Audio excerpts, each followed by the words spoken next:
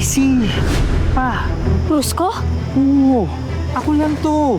Umulan, umaraw, Brusco, at your service. Isang 180-degree turn ang ginawa ni Kiara. But I won't blame her kung magre-revert siya to what's familiar to her. To what makes her more feel secured. Ito naman, Agent Alex. Konting optimism naman dyan. Di ba nga, sabi mo, iisang team na tayo ngayon. So might as well. Mas pagkatiwalaan natin ang isa't isa. Di ba?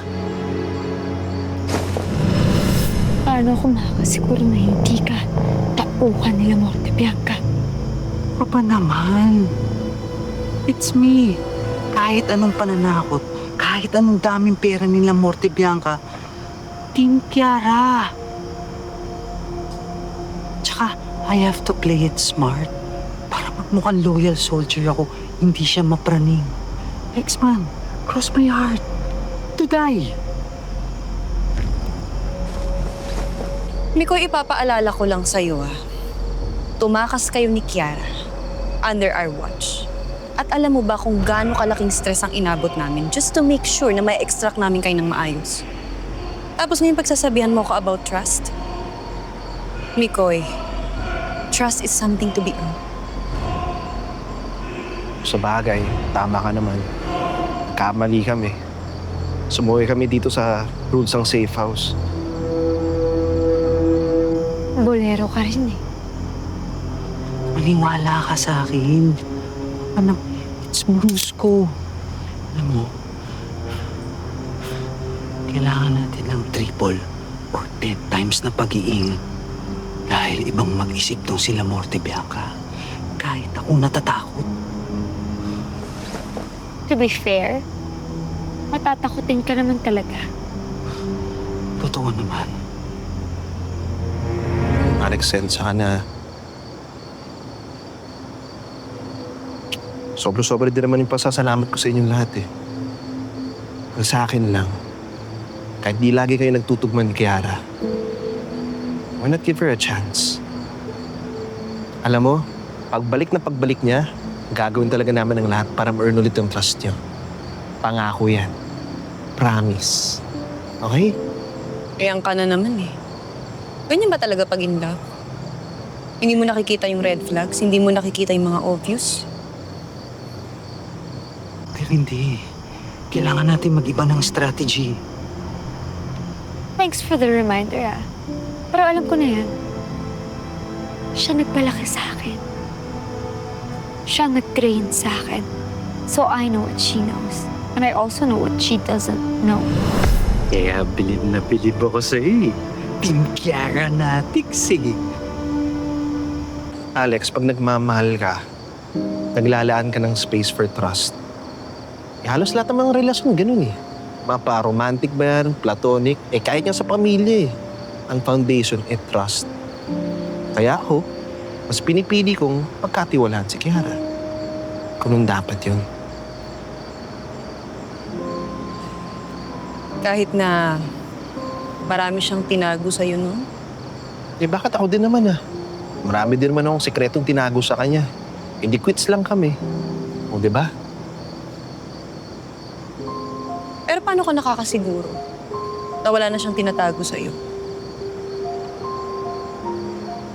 Nangako kami sa isa't isa na wala na kaming itatago pa.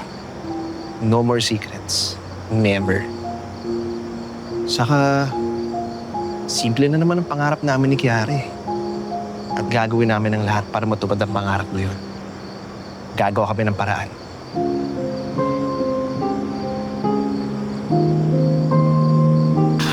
Within the hour, marireactivate ang CCTV, pati roving drones dito sa compound. Hindi tayo pwede magtagal kasi baka makala tayong insecurity.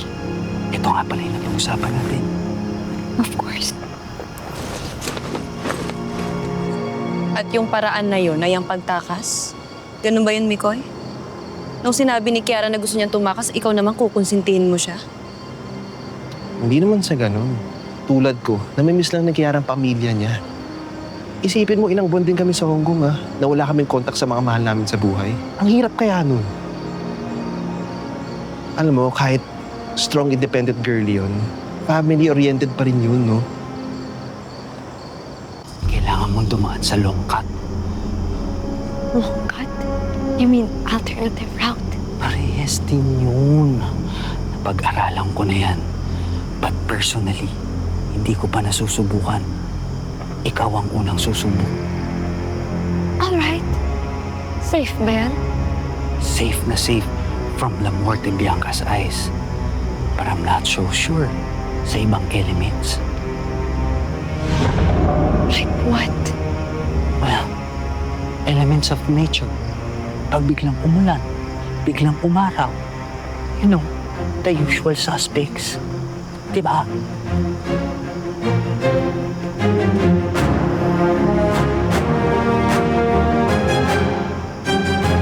Alam mo, di ko rin talaga maiwasan mag-alala para sa kanya eh. I mean, what if inaabangan pala si Nila Morte Bianca? O di ba? Mag-isa lang yun eh.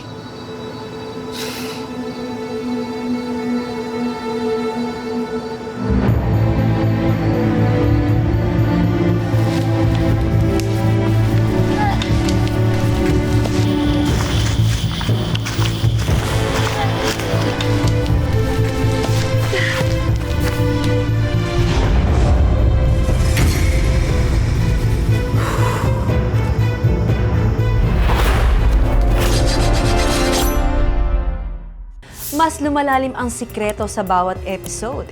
Kaya pa ba?